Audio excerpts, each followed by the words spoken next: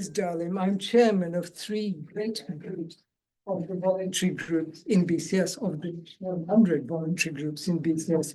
They are Central London, North London, and South London. So fantastic. And we've got a room full of people in the room who are mostly from those groups. Who is in one of those 3 groups? 2 people have put their hands up. No, I'm sorry. Most people have put their hands up. So welcome and thank you for coming to partake of this. There's one thing I should tell you, that's to people here in the room. You are hot property. That's true. In case you don't believe me, relax, take off whatever you wish to, but be prepared for this to be a warm evening, because we have that wonderful thing, building air conditioning. So if you come before 6 o'clock, building air conditioning will just the air conditioning. If you come after 6 o'clock, they won't, because they've gone home. And guess what? It's 6:30 now. So if you feel too hot or whatever, do step outside. The facilities, the washrooms are to the right and right again. The exit for emergency purposes is to the left and then to the right and out to the street. There's the seat here for you, sir. And as far as anything else is concerned, I think we've got a lot of entertainment to keep you here. Food for thought, because data, of course, is the lifeblood of what we do. It's the lifeblood of IT, data in all its forms. But we tend to take it for granted, don't we? And say, okay, the application's ready. I'm developing an AI app. I'm doing this with my global rollout of, but we don't tend to focus on the data. Tonight, all change, we will be focusing on the data. With our expert, Ron Ballard. What's the message? Yeah, excuse me.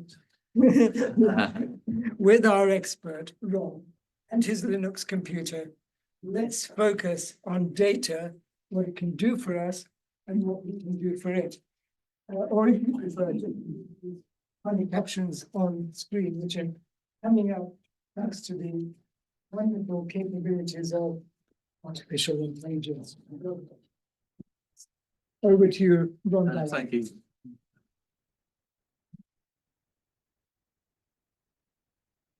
I'd like to repeat Daniel's thanks for turning up online. Keep seeing on the screen. Sorry about my eccentric Linux computer, but that's all I'm using. I might get onto that at the end. Any questions? Okay. So just about a year ago, Gatwick was thrown into confusion because of a single flight plan, which is entering the NAC system. This be National Air Traffic Control System. And it said, I don't understand this, and quite rightly stopped all flights. That was a huge impact, but not as bad as having a couple of planes fly into one another. In fact, Willie Walsh, head of pilot, estimated it cost £100 million. He's not known for understatement, but anyway, it did cost a lot. So data can be an issue. Those of you who are in development environments, hopefully, will all run a system where you release your new versions of your software in a very structured way with complete automated testing. And if the tests don't pass, it doesn't get released. Even then, so you know what's in production, you know it's been through all the tests, but you don't know what data is going to hit it. And the data changes all the time. So it can hit your application from these 6 things, which we'll go through in detail. And if you think of any others, let me know afterwards. First of all, user input. Whenever data is entered on a screen, it should be checked on the form. Use form controls and JavaScript for that. That's a normal thing to do. Mozilla provides a lot of the software in this area and has some very good documentation that recommends that you check it again when it gets to the application. I think they're right. I mean, dates. You've probably seen some scrambled dates in systems, but they should normally be entered these days through a calendar. It's easy and you get instant confirmation of what you've entered and you've got the right date and not switch around the month and day or whatever. Address lookups, cheap and simple in this country. So I would always use them to enter or at least confirm addresses. Again, it gives the, well, you must use it anytime you buy something and enter your address. That you get a visual confirmation of what your address is, and you can see it. That's much better than just typing it in, typing as badly as I do. Email addresses should always be checked. We'll talk about that in a minute. And the training may be needed to explain why people can't just type anything anywhere. Some users get very upset about that. I'll come back to that as well, because the technical side have a responsibility for making sure they never need to. Data from databases can be guaranteed to be accurate in many ways, not always, but that's only if you're using the database and using it properly. We'll come back to that as well. Data from files may have come from a database. More likely, it's been messed about with by Excel. That top box is a text file that I entered. The only difference I've made to it, I promise, is putting some spaces in to line things up. So if you take the spaces out, that's exactly what I loaded into Excel. When I opened it, the file, when I saved it in Excel and opened it again, it came out like that. All kinds of differences from what I said.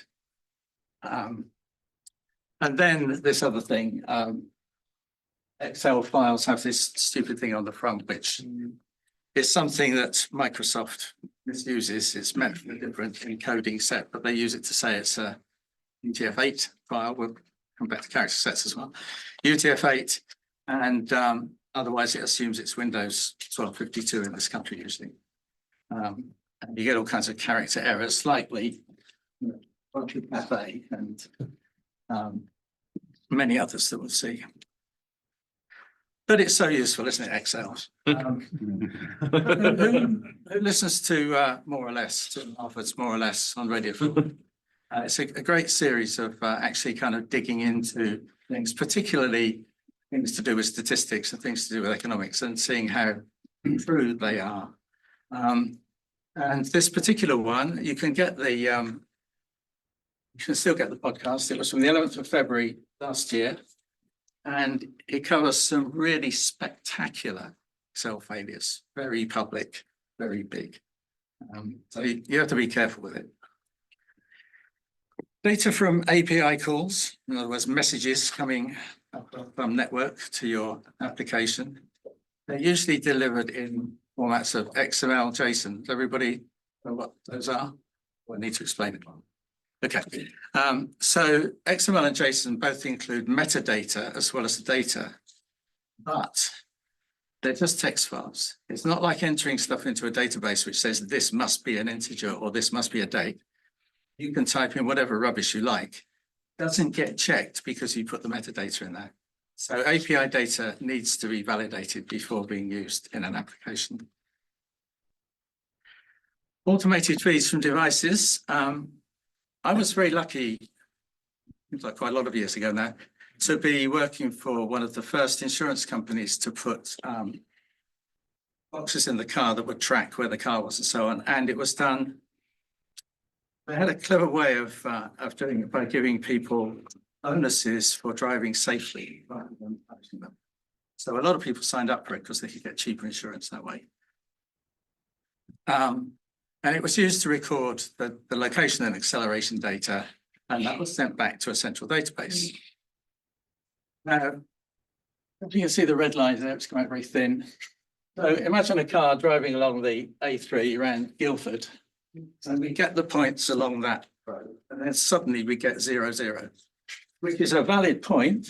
You can't see because it's under the text, but it's off the west coast of Africa where the Greenwich Meridian intersects the equator. So we've been processing these points and calculating how far they've gone and how one of these, it would rather mess up the calculations. So we then had to validate the points we were getting to take those out. A more subtle problem we got with that was where there's a level of software between the actual detection of the satellite signals. So what's happened here? So we're tracking satellite navigation basically, and this is a different use of it. When I go home to Faversham in the night, in the winter when it's raining, it can be quite useful to just check where I am. How soon am I going to get to Faversham? I'm traveling on the train and I use Google Maps to carry on. Google Maps to work out where I am, and I'm coming down the railway line there. Now the low-level software sends back information about the number of satellites it can see. And that affects the accuracy of the point. So it can be as little as, the error can be as little as 5 meters. But in this case, it's about 100 meters, and obviously it just wasn't atmospheric conditions or something. And so it looked at what was in that circle and said, oh, there's a road there, he's probably on the road.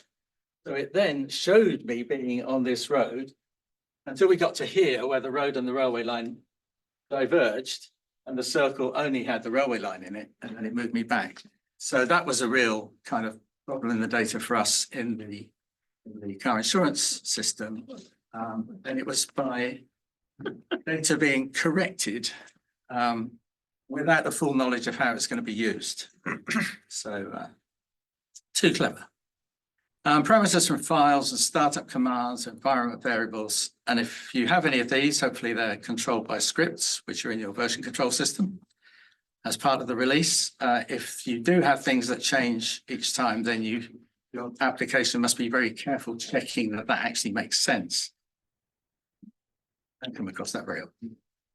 Right, change gears a bit now. So we've been through the just the headlines of the different ways that data can get into the system. I want to talk about the behavior of defects.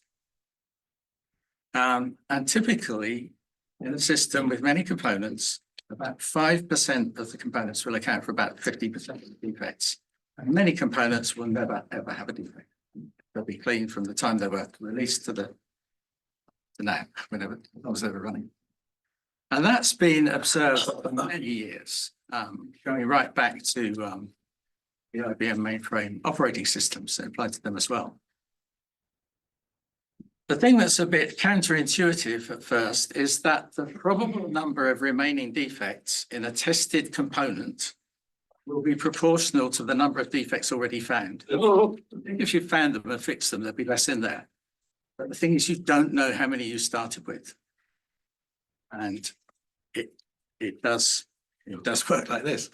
There are two guys, you probably can't read, Thompson and Shelson, in 1979 came up with this idea based on this idea for testing. And that if you're testing a component, and as you run through the test, you're finding more and more errors, so that's the black line, then you get to a point where you say, this is too bad. We know that we found this many, so there must be a lot more. We'll reject that one, go back, redesign it, rewrite it, whatever. If the number of errors is small and it's just not increasing a lot as you go through lots of tests, then it goes into that area, which is to accept. Now, I think the concept is important, but actually implementing this is pretty much impossible, I think, because how do you measure the amount of testing?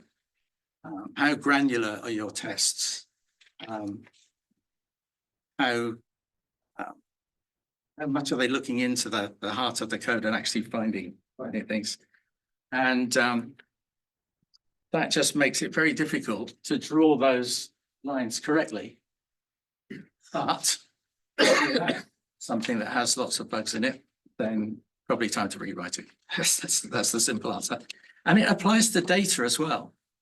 If you get a data source and you keep finding errors in it, then there will be a lot more errors in it. It works just the same way as code. So just to recap, we've been through the different kinds of ways that data can get into the system. I want to say more about databases and files. Because there's more to say, and because that's what I work on mostly. The easiest way, someone may disagree, you'll have time for questions. The easiest way to test data that arrives in a file is to load it into a database and then use the database facilities and techniques that I'm going to describe to find out what it's like. You need to have a suitable database. My favorite is Postgres. I've used it a lot. It's free, fast, scalable, runs with everything, and has a nice command called copy. I worked on a data lake system that had the same command, and it was called SERDE, stands for serialize, deserialize. I think copy is a much better word. Anyway, as well as having a simpler word, the Postgres one's very simple, straightforward, and load many kinds of files. CSV files are the favorite because they're simple. People always think that they've got some exception that they have to do something different with. You don't. There is a robust definition of CSV files that works. Right, so I recently was involved with a bigger company. We had done a deal with a big supermarket chain. So the supermarket customers got all kinds of offers and stuff on those leisure facilities, and the supermarket got a load of contacts. And I got the file of 26,000 contacts to add to our contact database.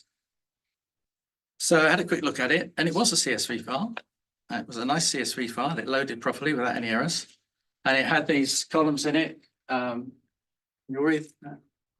So there's a club card number, title, name, address, phone number, a couple of consent fields, and the date.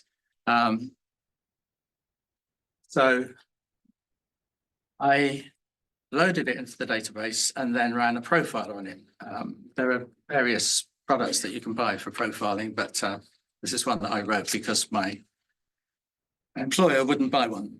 And I've used it a lot since. So the first 4 columns really are just reflecting what the definition of the table that I was loading it into was. So that's my definition, those 4 columns. Then we get into interesting stuff because it's measuring things, like how many nulls were there, or how many empty fields were there.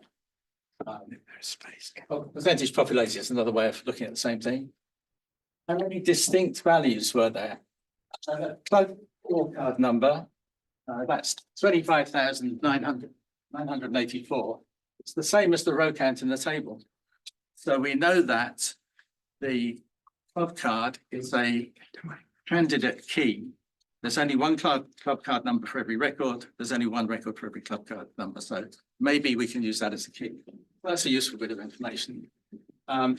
It shows minimum and maximum values. Quite often, by no means always, but quite often, the bad values will sort to the beginning and end. So it can be helpful for that. We've got one there with an email address that starts with an @ sign and it's got another @ sign up there.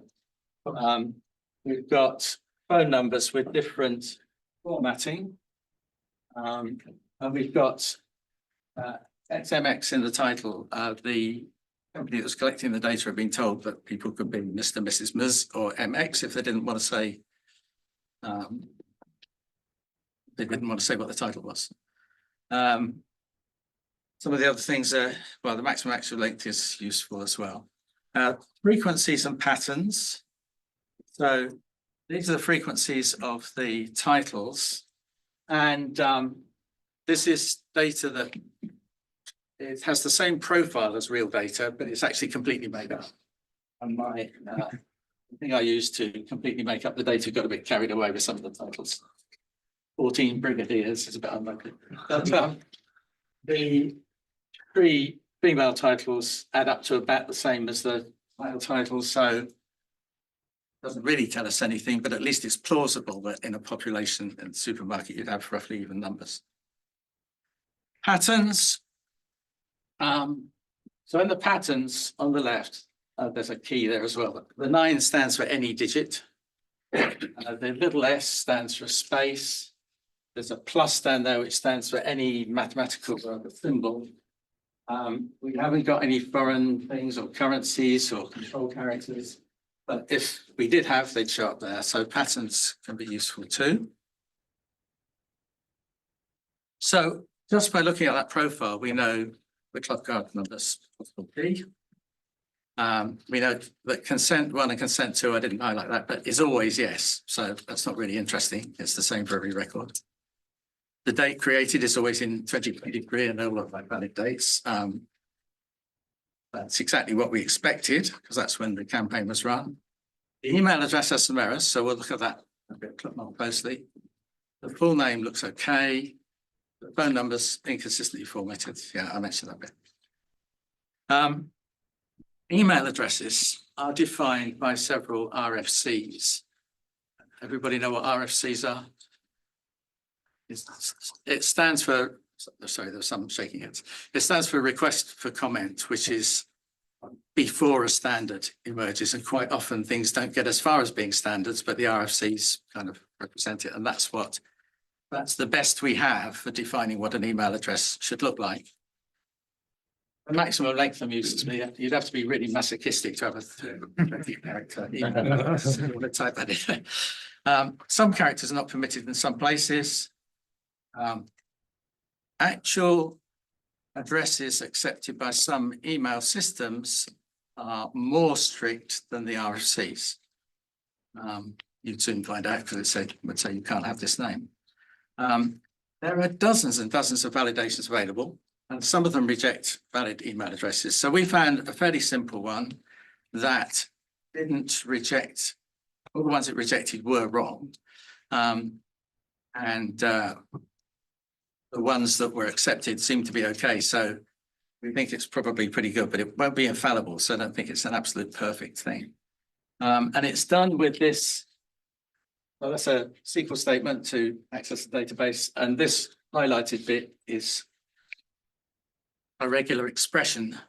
And you can't see at the bottom, I've got a link to a wonderful website called regex101.com, which will help you create regular expressions, because it's just this coded way of saying you can have this letter here or this number here or whatever. And it will let you test them as well and tell you what it's doing at each stage. So it's really good for generating that kind of thing. But I got that from someone else. And it found these errors, which I will kindly highlight for you. So all those yellow bits are wrong, they won't work. So we knew in our data set that we had to go and try and find out what they should have been. And I think you should always try and find out what they should have been and not guess. This one is this question mark in a hexagon. It's the replacement character, which means the character set we're using.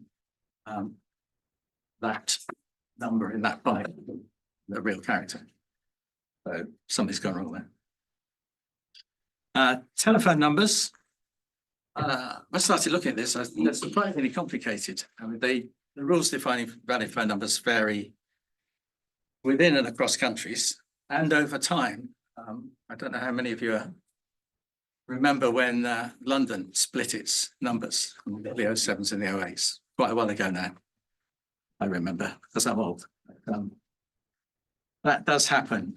New towns get new numbers. So the pool of valid numbers changes. And people write their phone numbers in different ways. And Ofcom says that's perfectly all right. You can write your phone number how you like, within reason. But it can lead to ambiguity. For example, this one, which starts +77. Well, plus, some people do that in front of their phone numbers. What it means is I'm introducing an international code, and 77 is Kazakhstan.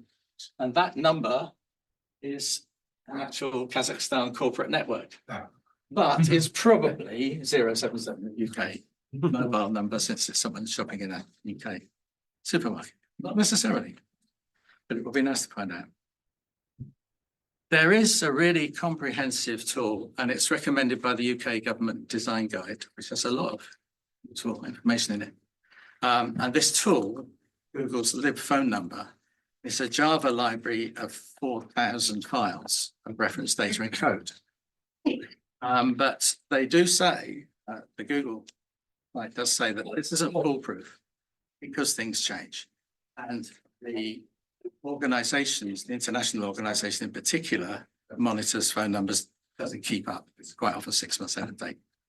So where I was working, they were not going to put in 4,000 files of Java from Google. So we wrote Postgres procedure to actually validate them, and it did work. So we found out most of them were there and were valid, so that was good. 2% were missing, that was fine. People didn't have to give us their phone number. But 3% out of 26,000 is quite a lot. 780, something like that.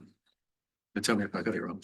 But you know, it's although it's a small percentage, it's a number of records that are worth checking. And if we can find out what the right one is, then getting it fixed. A lot of them were actually the final digit missing on a mobile phone number. Maybe it was the form they're entering it on or something. Right.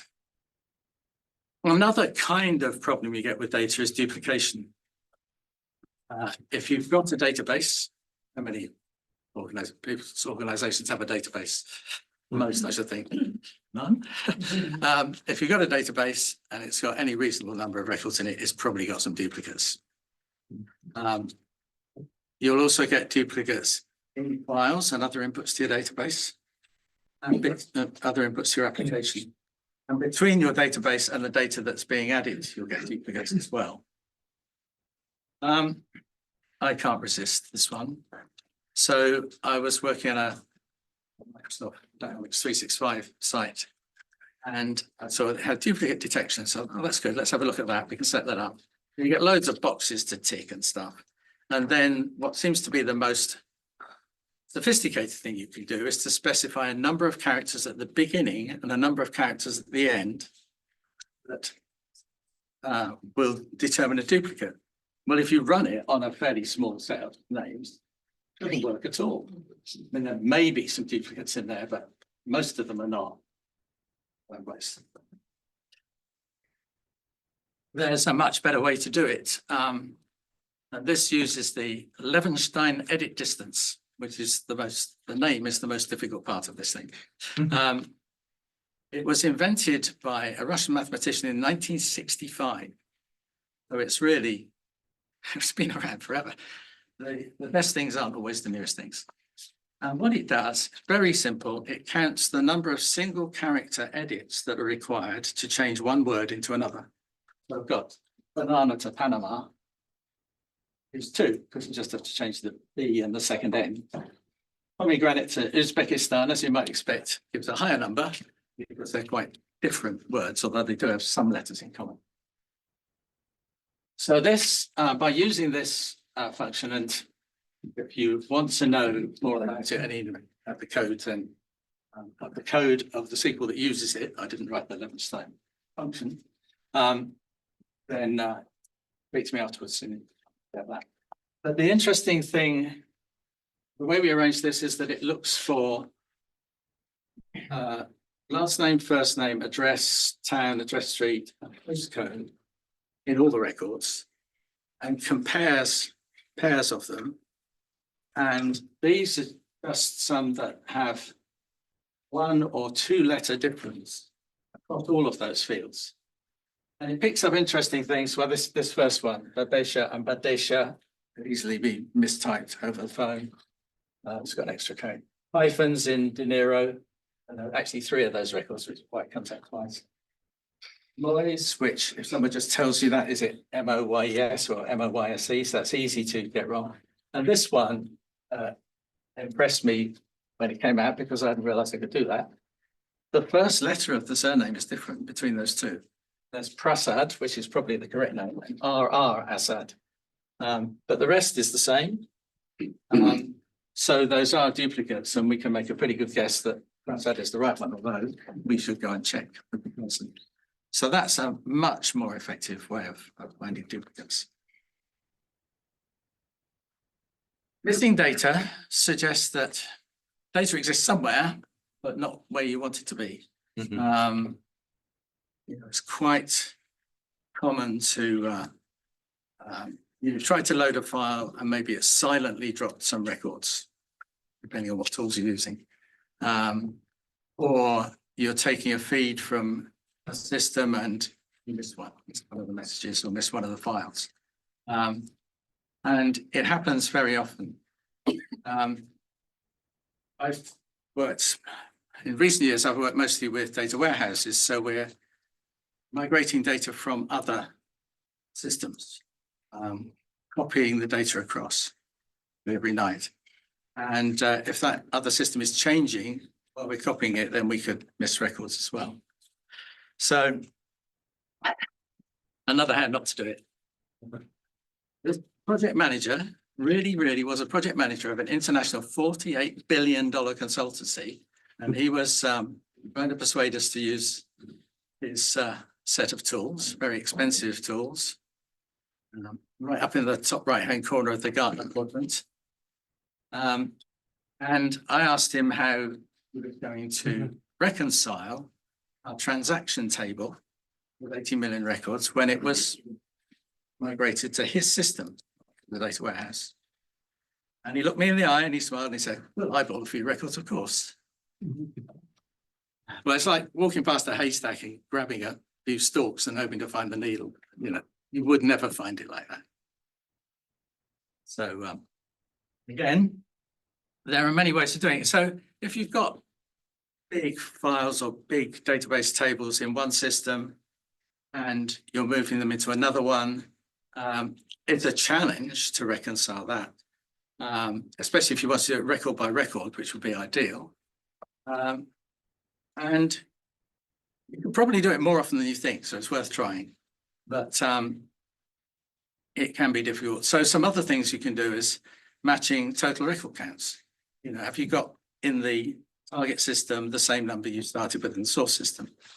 You can break them down by years and months and days and see if they're all the same, or if there's a difference, that would really help because you might find that it's just in the last day, last month or something, and you can narrow down your search for the problem.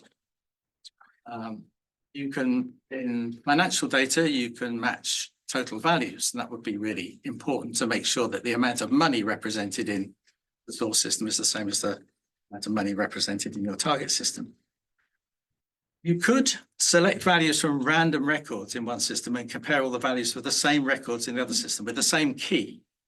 But you have to have a really big sample to make that work.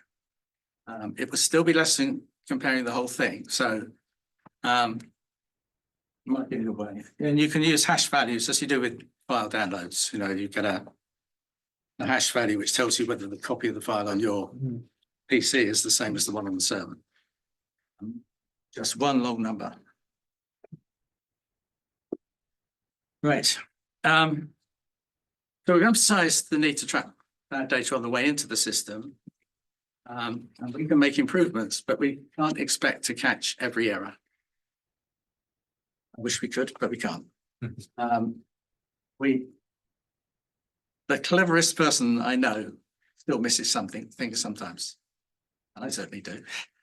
And we can often limit the impact of data errors by detecting and acting on any unusual data patterns or events as soon as they've happened or very soon after they've happened. And if we do find an error as a result of the monitoring, then or we find an error by any means, then we can make sure that that's covered by the monitoring, because if an error has happened once, even if it's been fixed, it can come back. There can be a different set of circumstances which cause the error that you thought you'd fixed. It happens. So this monitoring, this is one from quite a few years ago, 2018, for not a huge system, but it did have various subject areas, transactions, merchants, websites, so on. And we did about 100 tests across all those subject areas every day.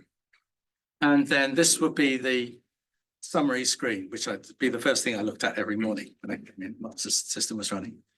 And it reports the worst error in that subject area. So that one had red ones, so that the overall one is red. This one, the worst one it had was amber, so it comes out amber. It's good, so it comes out green. So that lets you home in pretty quickly on where you've got a problem. So we drill into the transactions there, and we see that the number of transactions, the value today is 6.5 million, and it's changed by 2.5 million since the day before. The average transaction, well, that's the count of the number of records, sorry. The average value of the transaction, today's value is 249, and the change from the previous day is 897. Since we'd expect transaction values to be positive, that's going to be a decrease. But what we do is we look at the size of the change, not the sign. So if it's gone down by 100 or up by 100, the change is 100. Then we plot and this is all automated, we plot the size of the change on the chart. This one's over 6 months. And we assume that in something like this, like the number of daily transactions, the size of the change from one day to the next will probably form something like a normal distribution, you know, kind of like that. And so if today's value is within 2 or 3 standard deviations of the mean, so quite close to the mean, then we make it green. That's quite normal. In a normal distribution, that would account for 95%. If it's between 2 and 3 standard deviations, then we'd expect about 4% of the records to fall in there. And if it's more than 3 standard deviations, it's only 0.3%, which is pretty much 1 a year. So you would kind of expect, if your data is in a normal distribution or close to it, which is what mostly true, then you'd only expect to see a spike like this once a year. And so I'd come in the morning, I'd look to the overall thing, looked at the transactions, and I found this value. And my first thought, because it was loading data from a transaction system into a data warehouse, we loaded the transactions twice. But we hadn't. There might be a clue in the dates. You probably can't read that, but at the bottom of there it says Friday the 13th of April, 2018. We're not superstitious, it wasn't that. Actually, this is recording something looking at it on the 13th. So anybody know what happened on the 12th of April, 2018? It was the Grand National.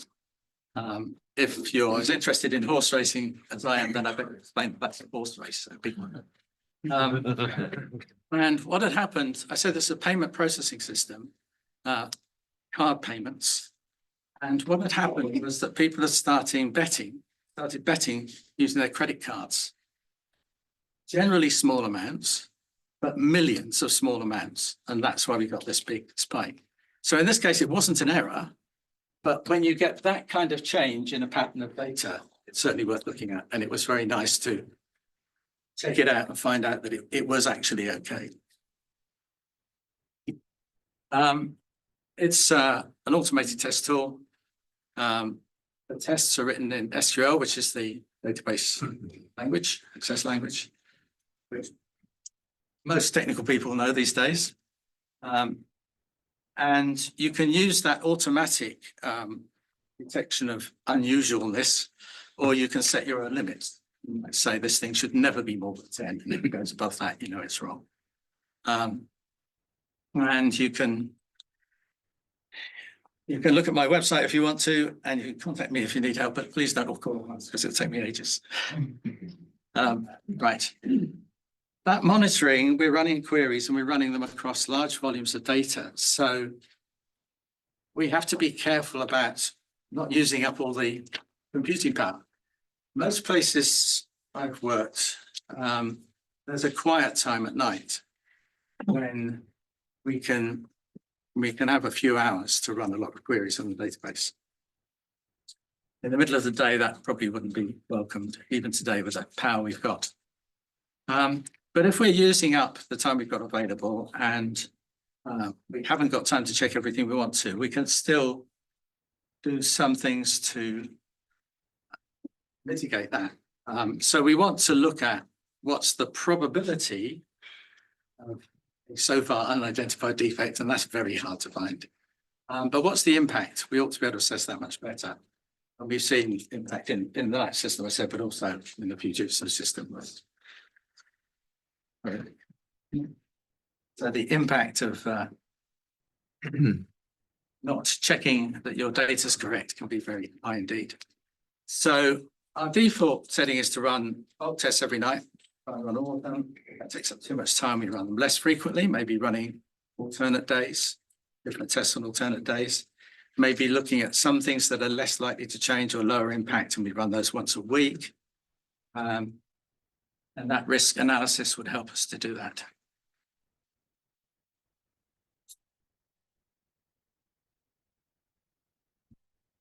Right.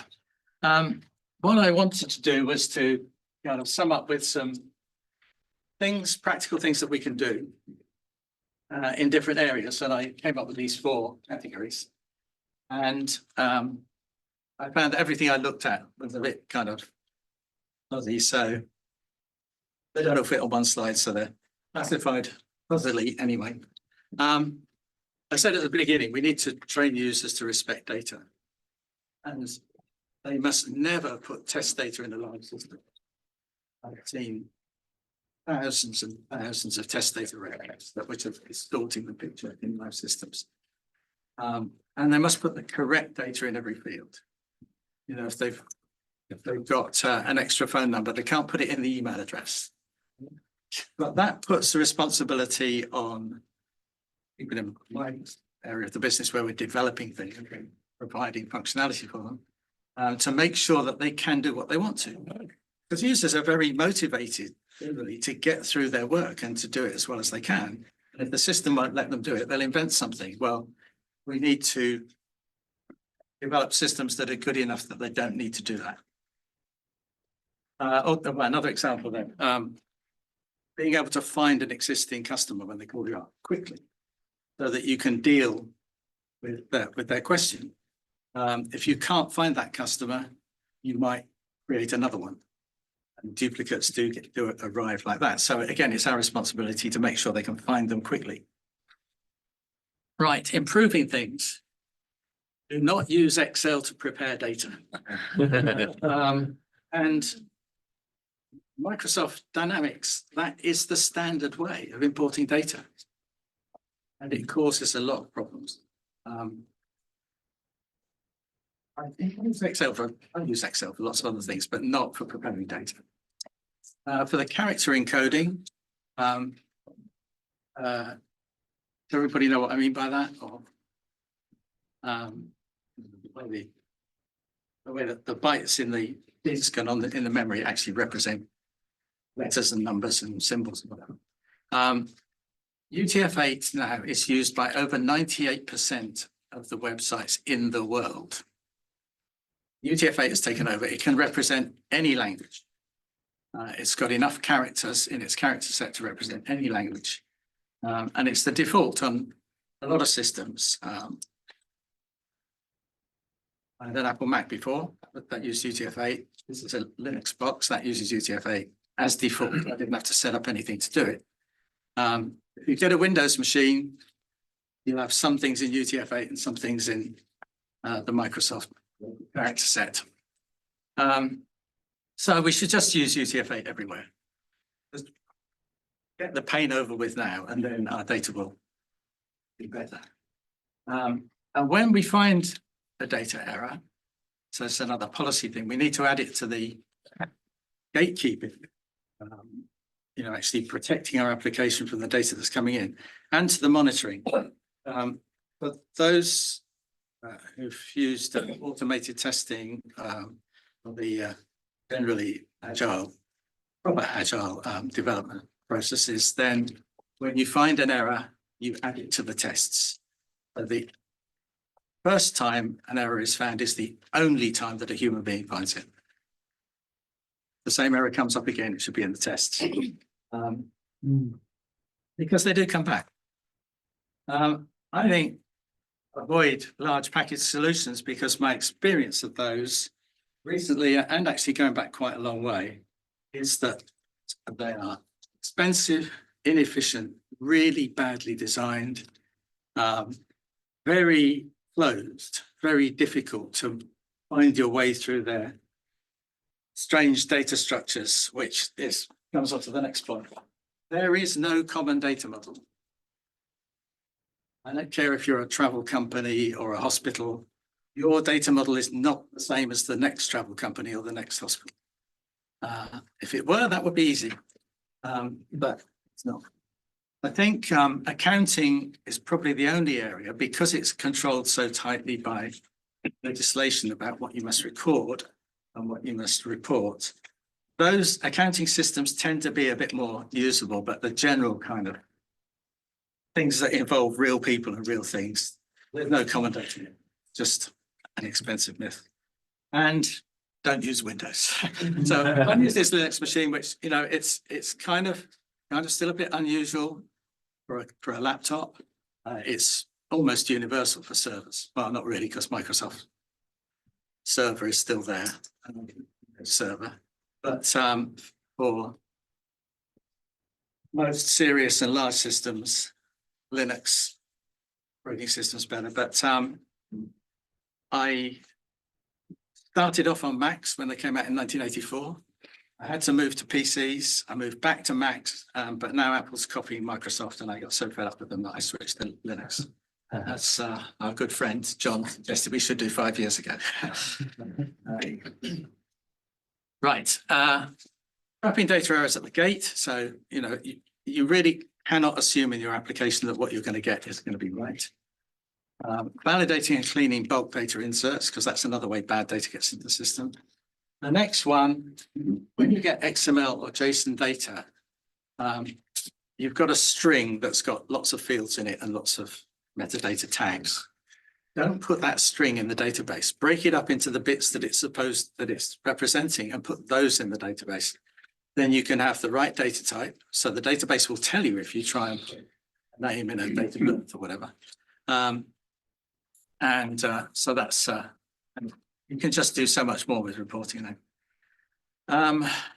Do not repurpose. This goes back to the big Microsoft Dynamics in particular, but it applies in lots of others. They give you tables that will supposed to cover everything that you could possibly want. But in fact, probably you have to add nearly as many as you use of their standard ones. But what people do is, it's so difficult to create new stuff in there. They've closed the system down so much. People find another table that's similar and repurpose it, and all the column names are wrong, and the data types will just about work. So really, really avoid that. You're going to confuse the next person that comes along. And deprecation is an ugly word. It's where you say, we've got a better way of doing this, so stop using this one and we'll give you a new one, and you've got so long to keep on using the old one. Well, wherever you can, I just refactor immediately. Take the pain now, because otherwise you will suffer more pain over the long term while you've got both existing.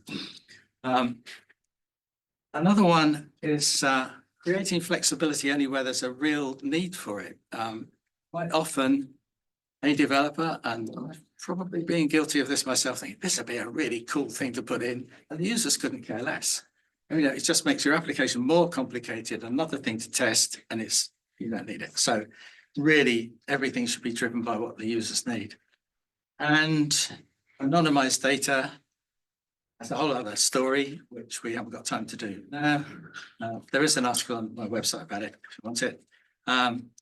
But what's often done is that you just overwrite real values with data anonymized or something. Well, if that's the person's name, it's supposed to have a name in it. And data anonymized is not a name. So you've broken your data model if you do that. So anyway, sorry separately.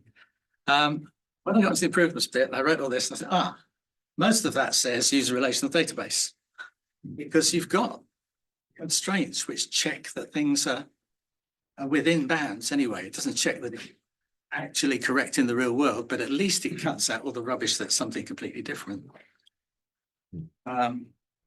And if a field's mandatory, you can say in the database, is it not null? That means you can't store a record that hasn't got that field. The normal form would be another whole story. Reconciling, we talked about. Profiling, we talked about. Setting up monitoring, we talked about. So,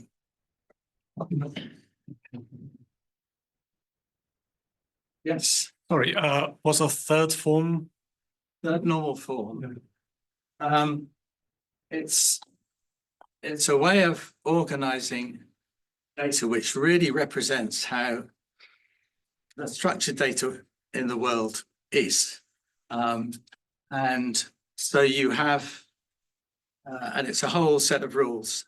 I first learned about it from one of the guys who was with Ted Codd, the inventor of the relational database. It's a great thick book. It's all in mathematical terms, and I didn't understand it. But I got to understand it eventually, and it's really quite simple in that you just, if you've got a customer and transactions, one customer who might have 50 transactions, a customer table and a transaction table, you don't try and stick them together. You don't repeat the customer data in every transaction.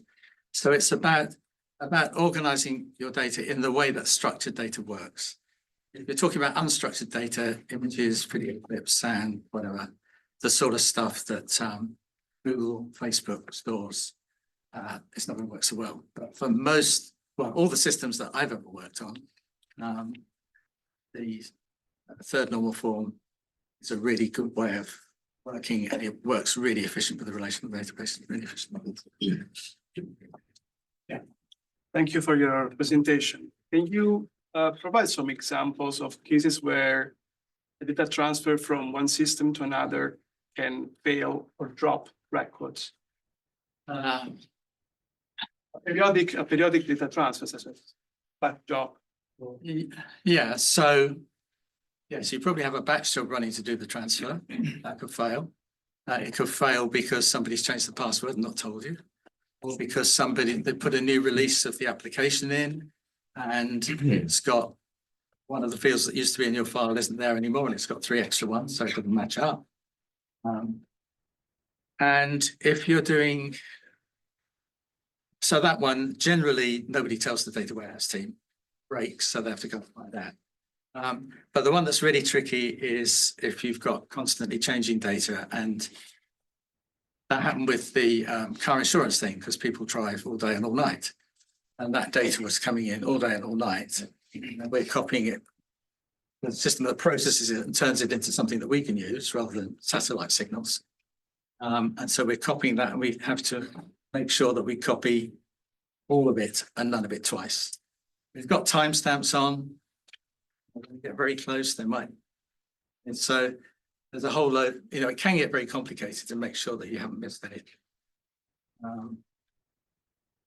Yeah, so those, the biggest, the very common problem is data entry error or data capture error. Usually because the system isn't supporting what the users need to do properly.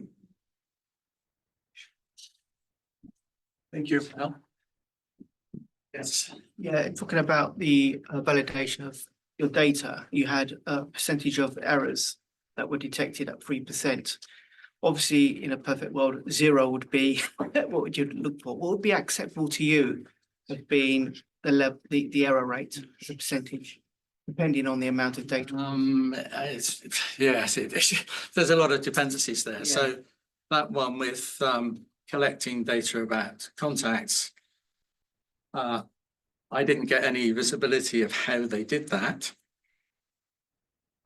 People may have entered it themselves on the website. any mistakes. My gut feel is that 3% of the phone numbers being wrong is not bad.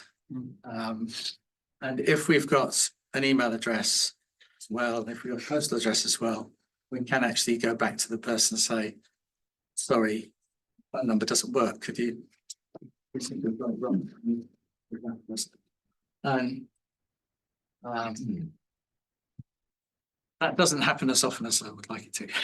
People quite often just kind of put up with it and send off emails to addresses that don't exist and post letters to addresses that don't exist and waste money doing that. So I'd rather take a bit of a hit up front and try and get it right. But yeah, I mean, with something like that, 3%, well, but with your accounting system, 3% is definitely not wrong. I did work for a place where looking at two systems where they were supposed to balance. And they said, oh, well, if it's within £1 million a month, that's all right. So I wouldn't have liked that, but they seem to think. Yeah. How would you approach generating test data and specifically invalid test data? Right. I have a program which I haven't even put on the website yet because it's basically a load of Java classes, and some of them are generally useful, like give me a valid UK surname, and then for 0.1% change a letter in that. Like that. But it seems every time I run it, I have to write another couple of classes to deal with the data I've got this time. So, but it is really useful to have that kind of ability to generate test data. The biggest use that I ever got was a company that was putting in a big data lake. It was a mistake because it was for highly structured data, but that's what they did. And then they wanted to, there's a product, which copies data from one system to another. And you've got a backup and it does it, and chugs away all day. And they wanted to check that it was being copied properly. And they couldn't use real data because it's card payment data. It's very sensitive, and the bits of it that you're not supposed to keep after you've actually done the payment. So we used it then because having written this and done a couple of the extra classes for them to get their record, had about 100 fields in it. And so we had data that was in the same shape. We could just do 1 million. It's as easy as doing 10. Just press the button and out came the file. So they got several files of 1 million randomized record, but the same shape, and we could test them. So I'm surprised there aren't more tools on the market for that. I think the reason it wouldn't be very popular as a kind of commercial tool is that you're going to have something different. You've got to be prepared to go and write a Java class that deals with that. If somebody wants to use it, they can contact me as well. But you know, it's kind of really kind of fiddly techie thing. Yeah. Yes. Oh, Yeah, somebody online has mentioned Benford's law compliance. Does that mean anything? say that one again. Benford's law? I don't know what it is either. So. The law is something like the law of natural numbers. If you have too many ones or too many fours or something, then it's likely to be fake data or manipulated data and Oh, I something. see. Something on that. Well, that would be yeah, that would be an interesting test to put in. It could be done. Yeah. Sorry, and you had. You mean like too many ones and zeros? And yeah, so my question is about Excel. Controversially, I too hate Excel with a passion, but certainly in the financial industry, it is the bedrock of many companies worldwide. And particularly in our case, our customers use it to prepare data and send it to us. We don't really have the option. We've experimented with kind of trying to encourage people to use different tools, but there seems to be this gap between Excel, which everyone can use very intuitively, Yeah. but use very badly, and then the next level up, which is Yeah. something more technical, which requires coding or SQL type. Or some tools. kind of disciplined form. Yeah, or like and data awareness. So do you know any sort of tools which fit that middle layer, which are accessible and as easy to use as Excel, but don't have the same problems, and that run on Windows, of course? Everyone uses Windows. It's, you know, if it's data like contact data, which, you know, you're not going to add up anything, you're not going to count them properly. Most of it's going to be text like their name, the place they live, postcodes and things. You could just as easily put that in a plain text file, CSV file. Or you could put it in a tabular. Well, thing that's not going to do any calculation. And most specifically with Excel, I'm not going to guess what you mean. Something that will just take what you say. So you can't use Word either. That's always guessing what I mean. No, that's not what I mean. So it is tricky and it's so well established. I mean, it's we're in a monopoly position with Microsoft, and don't know how you ever escape them. But glad to find a fellow. I know quite a few because I know people have had to deal with it. Yeah.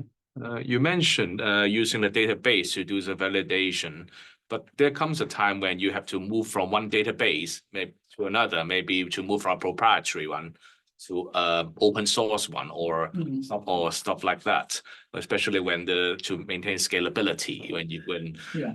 So is there any some kind of a method that you can make this migration more manageable, or you know? Right.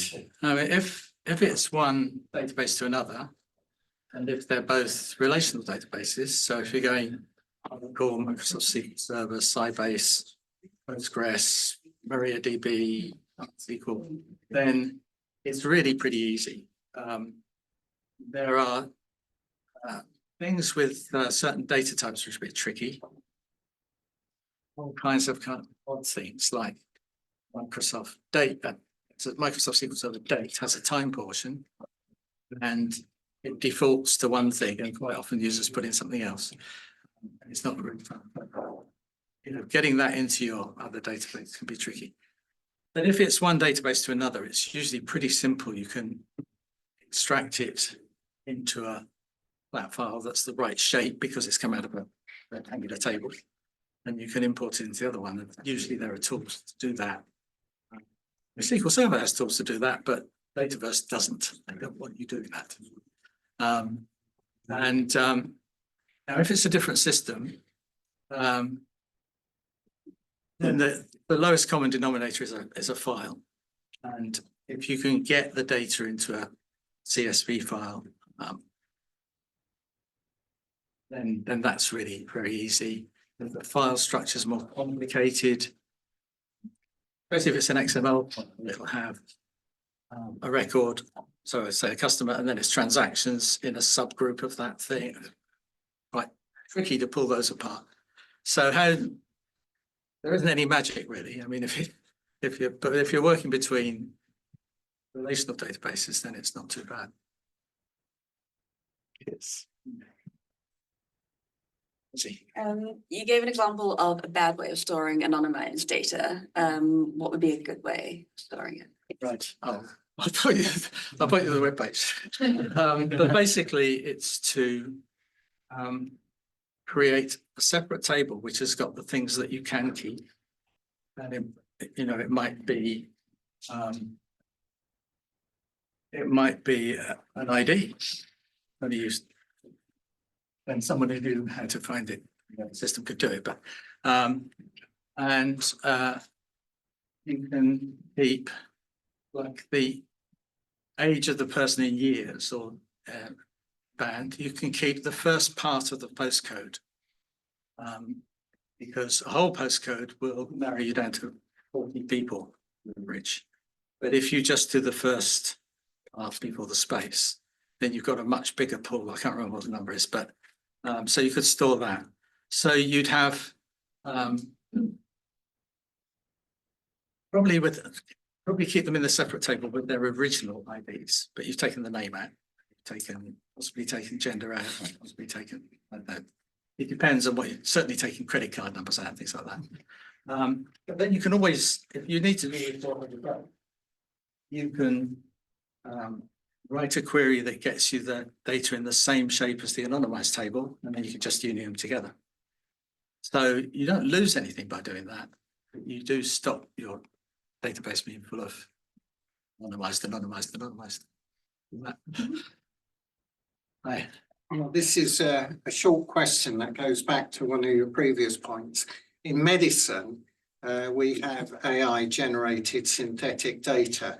And the reason for that is sometimes you get missing ethnicities or a very small number who submit their DNA data. And you need to actually create synthetically a range of ages and genders and so on. What is the best way? Because obviously with synthetic data, you don't know whether it's quite difficult to check, particularly if it's based on DNA code. What is the best way of storing this data? Because these data sets need to be used worldwide.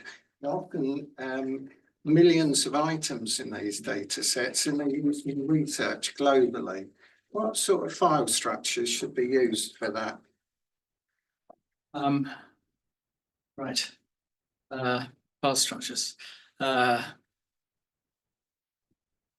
think there was another part of the question first, which I'd really like to answer.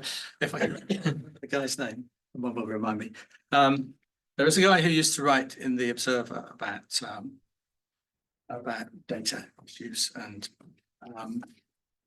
he also wrote a few books, and come back to me on the way home. But anyway, he now runs a lab in Oxford University, and he was talking to the guy I mentioned before, Tim Harford, about needing to use a lot of data that's that looks like the same shape as the data that's for the real people, but having it completely anonymized.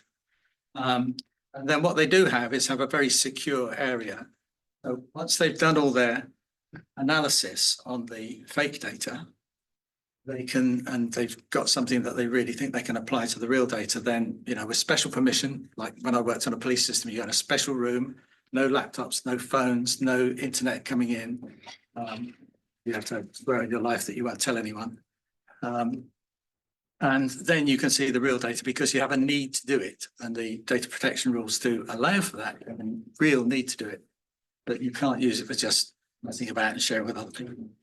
In terms of file formats, so I guess this data would be pretty well structured, like ages of people, weight, perhaps, ethnicity, age, I said age already, what medication they're taking, those would all be very specific things. And if you put that in a CSV file and you send it to another country, they can load that into a database just straight away. So that would be the general one for that. I use CSV unless there's something that just doesn't work with it. It's like huge strings of text. Thank you. Okay. How are we doing? One more? Am I allowed another Last question? one. Sorry. In the case where you're entering a record, maybe for UI or more likely it's coming from a data feed, or you're calling it from an API, where you have a limited time to capture that data, and there's maybe 100 fields and one of them has an error. The idea of a gatekeeper that blocks it is great in some cases, but in other cases you need to capture those 99 fields which are correct, and that sort of maintain that that's an invalid data point. What are what strategies would you recommend for that? I think you've kind of answered, you know, there are some cases where you do need that kind of response. I mean, if you could put it into a holding area, then you've actually got it in the system. And again, you could join your real table, your main table to your temporary table that's just holding the last 5 minutes or something.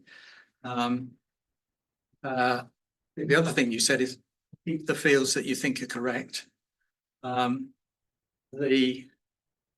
you know, the air traffic control one, that was a huge impact and very negative, but I think it was the right thing to do. So I think it's really on a case by case. Since I can't think of some General. general.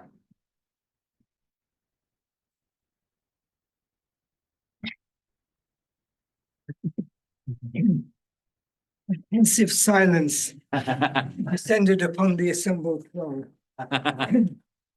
First of all, what a lot of things to talk about. Please join me in thanking our people.